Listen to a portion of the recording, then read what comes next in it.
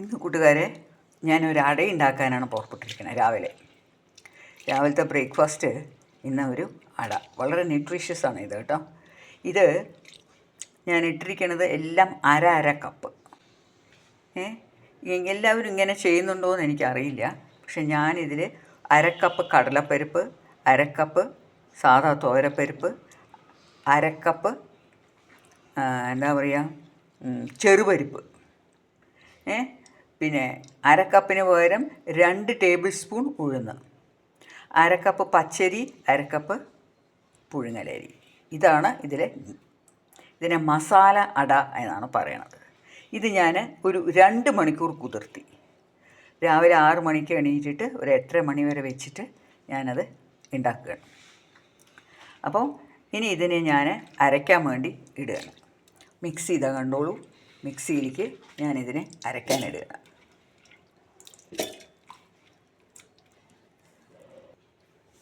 ഇപ്പം ഞാനിതിലേക്ക് 2 മുളക്, 1 പച്ചമുളക്, കുറച്ച് പെരിഞ്ജീരകം, കുറച്ചെന്ന് പറഞ്ഞാൽ ഒരു 1/2 ടീസ്പൂൺ, കുറച്ച് കറിവേപ്പില, പിന്നെ മല്ലി, മുഴുമല്ലിയാണ് ഇടേണ്ടത്. എൻ്റെ അടുത്ത് മുഴുമല്ലി ഇല്ലാത്തതുകൊണ്ട് ഞാൻ പൊടിച്ച് വെച്ച മല്ലിയാണ് കേട്ടോ. 2 ദിവസം മുമ്പ് പൊടിച്ച് വെച്ച മല്ലി അത് ചേർക്കും. എന്നിട്ട് ഇതിൽ ഉപ്പ് ചേർക്കും. കറിവേപ്പില നമ്മൾ നല്ലോണം ആഡ് ചെയ്താൽ നന്നായിരിക്കും. ഞാൻ കുറച്ചും കൂടി ആഡ് ചെയ്യാൻ ഉദ്ദേശമുണ്ട്. ഇപ്പോൾ ഉപ്പ് ഇട്ടിട്ട് വരാം. ഇപ്പോൾ കുറച്ചുകൂടി കറിവേപ്പില ഇടുകയാണ്. ഒരു ചെറിയ കഷ്ണം ഇഞ്ചി കൂടി ചേർക്കുന്നുണ്ട്. ഇത് വേണ്ടാത്തവർക്ക് ഇടണ്ട, പെരുംജീരകം മാത്രം ഇട്ടാൽ മതി കേട്ടോ. ഇനി ഇതിന് ഞാനൊന്ന് അരച്ചിട്ട് വരാം. അരയ്ക്കുമ്പോൾ ഒരുപാട് നമ്മൾ അരയരുത്. ഒരു കോഴ്സായിട്ട്, കോഴ്സ് എന്ന് പറഞ്ഞാൽ കുറച്ച് തരുന്ന് കിടക്കണ മാതിരി. പിന്നെ ഒരുപാട് വെള്ളവും പാടില്ല കേട്ടോ. ഞാൻ അരച്ചിട്ട് അതിൻ്റെ പരുവം കാണിക്കാം. അപ്പോൾ ഇതിപ്പോൾ ഞാൻ അരച്ച് കഴിയും. കണ്ടോ, ഇതിങ്ങനെയാണ് ഇരിക്കണത്. ഇതിന് ഞാൻ അതേമാതിരി അത് ഒരുപാട് വെള്ളമല്ല, തിക്കായിട്ട് അരച്ചിരിക്കണം കേട്ടോ. ഇപ്പോൾ ഇതാണ് അതിൻ്റെ പാകം. കണ്ടു. ഇനി ഞാൻ പരത്തുമ്പോൾ കാണിക്കാം. ഇതിൽ ഞാൻ കായം പൊടി ചേർക്കാൻ പോകണേ. കായം കട്ടയിട്ട് അരച്ചാൽ അത് അരയില്ല. കായപ്പൊടി ശരിക്ക് ആഡ് ചെയ്യേണ്ടത് കട്ട കായമാണ്. അത് നേരത്തെ വെള്ളത്തിലിട്ട് വെച്ചതാണെങ്കിൽ അരയ്ക്കാൻ പറ്റും. പക്ഷെ ഞാനത് മറന്നുപോയി. അപ്പം ഞാൻ പൊടിക്കായമാണ് ചേർത്തിരിക്കുന്നത്. ഇത് ദോശ കഴിക്കാൻ വേണ്ടി ഒരു കാരച്ചട്നി, ഇതൊരു സ്പെഷ്യൽ ടൈപ്പ് ചട്നിയാണ് കേട്ടോ. കുറച്ച് നല്ല എരിവുണ്ടാവും. എനിക്കിവിടെ എരിവ് ഒരുപാട് കഴിക്കാൻ പറ്റാത്തതുകൊണ്ട് ഞാനതിനെ കുറച്ച് കുറയ്ക്കണം. ഒരു 3-4 മുളക്, കുറച്ച് ചെറിയ ഉള്ളി, ഒരു 5-6 എണ്ണം. ഇതൊക്കെ നമ്മൾ ഉണ്ടാക്കുന്നതനുസരിച്ച് കൂട്ടാം. ഒരുപാട് വേണമെങ്കിൽ ഒരുപാട്. ഒരു പകുതി വലിയ ഉള്ളി, 2 വെളുത്തുള്ളി,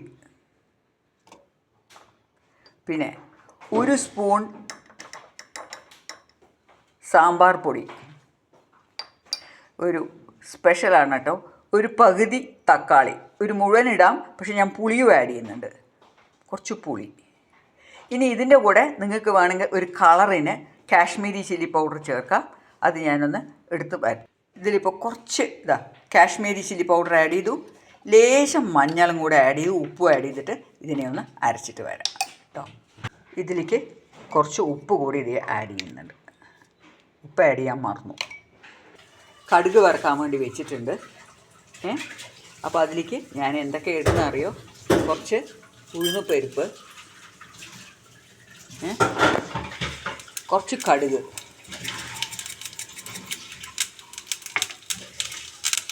കുറച്ച് കറിവേപ്പില കേട്ടോ.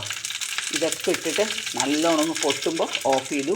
എന്നിട്ട് ഇതിനെ ഇനി എൻ്റെ ചട്നിയിലേക്ക് ഒഴിക്കുക. ഇതാണ് കാര ചട്നി.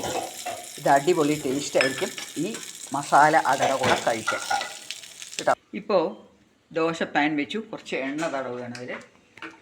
എന്നിട്ട് ഇതൊന്ന് തേക്കട്ടെ ഞാനിങ്ങനെ. ഇനി ഇതെങ്ങനെയാണെന്ന് നോക്കിക്കോളൂ. വളരെ കട്ടയായിട്ടാണ് ഉള്ളത്. ഇത് കണ്ടോളൂ, ഇങ്ങനെ. ഈ കൈ കൊണ്ട് വേണമെങ്കിൽ പരത്താം കേട്ടോ. ഇരുപത്തിൽ താഴെ പോയി. പക്ഷേ എനിക്ക് കൈ വേഗം ചുടുന്ന ആളായതുകൊണ്ട് ഞാനതിനിങ്ങനെ ചെറുതായിട്ടൊന്ന് പരത്തുകയാണ് കേട്ടോ.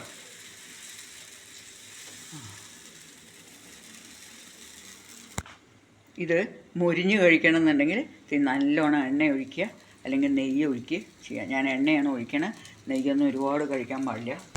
ഇപ്പം ഞാനിതിനെ മറിച്ചിടുകയാണ് കേട്ടോ. ഞാനൊരു കാര്യം പറയുന്നത് എന്താ അറിയോ, ചിലവരിതിനെ വളരെ കട്ടിയിലാണ് പരത്തുക അടാന്ന് പറയുമ്പോൾ. പക്ഷേ ഇവിടെ കഴിക്കാൻ കുറച്ച് ക്രിസ്പി ആയിട്ടാണ് ഇഷ്ടം. അപ്പം ഞാനതിനെ നല്ലോണം പരത്തി, എന്നാൽ പിന്നെ നല്ലോണം മൊരിയും. മറ്റേത് മുരിഞ്ഞ് കിട്ടുക, അത് എണ്ണയിലൊക്കെ നല്ലോണം ഇട്ട് ഒരു സ്പൂൺ ഇങ്ങനെ കയ്യിൽ ഒഴിച്ചിട്ട് അതിനെ ഒരുപാട് പരത്തില്ല. ഇത് ഇങ്ങനെ കഴിക്കാൻ നല്ല ടേസ്റ്റാണ് കേട്ടോ. ഇങ്ങനെ കുറച്ച് മൊരിച്ചിട്ട് കഴിക്കാൻ. പക്ഷേ അതിൽ കുറച്ച് അരി പരിപ്പ് എല്ലാം ഉണ്ടല്ലോ. അപ്പോൾ ഇതിങ്ങനെ കഴിക്കാനും വളരെ ടേസ്റ്റാണ്. ഇതിൻ്റെ കളർ കുറച്ച് വെളുവെളുന്നിരിക്കണം, നമ്മുടെ വെള്ളം ഉഴുന്നായതുകൊണ്ട്. ഇപ്പോൾ കുറച്ച് കറുപ്പ് ഉഴുന്ന് വേണം ഇട്ടിരിക്കണമെന്ന് വെച്ചാൽ ഇങ്ങനെ ഉണ്ടാവില്ല. അപ്പോൾ ഇതൊന്ന് നന്നായി മൊരിഞ്ഞിട്ട് കാണിക്കും. ഇപ്പോൾ എൻ്റെ അടദോശ കണ്ടോ റെഡിയായി. അതിൻ്റെ കൂടെ ഞാൻ കുറച്ച് പഞ്ചസാര കാണുന്നുണ്ടോ, പഞ്ചസാര മതി കാണിക്കണം. പഞ്ചസാര അവർ ശർക്കര വെച്ചിട്ടാണ് കഴിക്കുക. ഇത് ശരിക്കും തമിഴ്നാട്ടിൽ എന്താ പറയുക, മായവരം അവരുടെ ഒരു ഫേവറേറ്റ് ഡിഷാണിത്. അവർ ദീപാവലിക്ക് ആ സമയത്തൊക്കെ ഇങ്ങനെ രാവിലെ നേരത്തെ ഇങ്ങനത്തൊക്കെ കഴിക്കുന്നതാണ് പറയണ കേൾക്കണേ ഞാൻ. കൂടെ തന്നെ ഈ കാരച്ചട്നി ഇതാ ഇപ്പം ഞാൻ അരച്ച് നല്ല എരിവുള്ള ചട്നി. അപ്പോൾ ഇതൊന്ന് എല്ലാവരും ഉണ്ടാക്കി നോക്കുക കുട്ടികളെ. It's very very tasty. വൈകുന്നേരം കഴിക്കണ ഡിന്നറിന് വെച്ചാൽ അതൊരു 6-7 മണിക്കൊക്കെ കഴിക്കണം, അല്ലെങ്കിൽ ഡൈജസ്റ്റ് ചെയ്യാൻ കുറച്ച് പണിയായിരിക്കും. പക്ഷെ എന്നാലും ഏത് സമയത്ത് വേണമെങ്കിൽ കഴിക്കാം. അവർ ഉച്ചയ്ക്ക് എന്ത് കഴിക്കും അത്രേ, അങ്ങനെയാണ് ഞാൻ വായിച്ചത്. അപ്പം ഞാനതൊന്ന് ട്രൈ ചെയ്ത്. എൻ്റെ പഞ്ചസാര വെളുത്തതായതുകൊണ്ട് നിങ്ങൾക്ക് അങ്ങനെ കാണുന്നില്ല.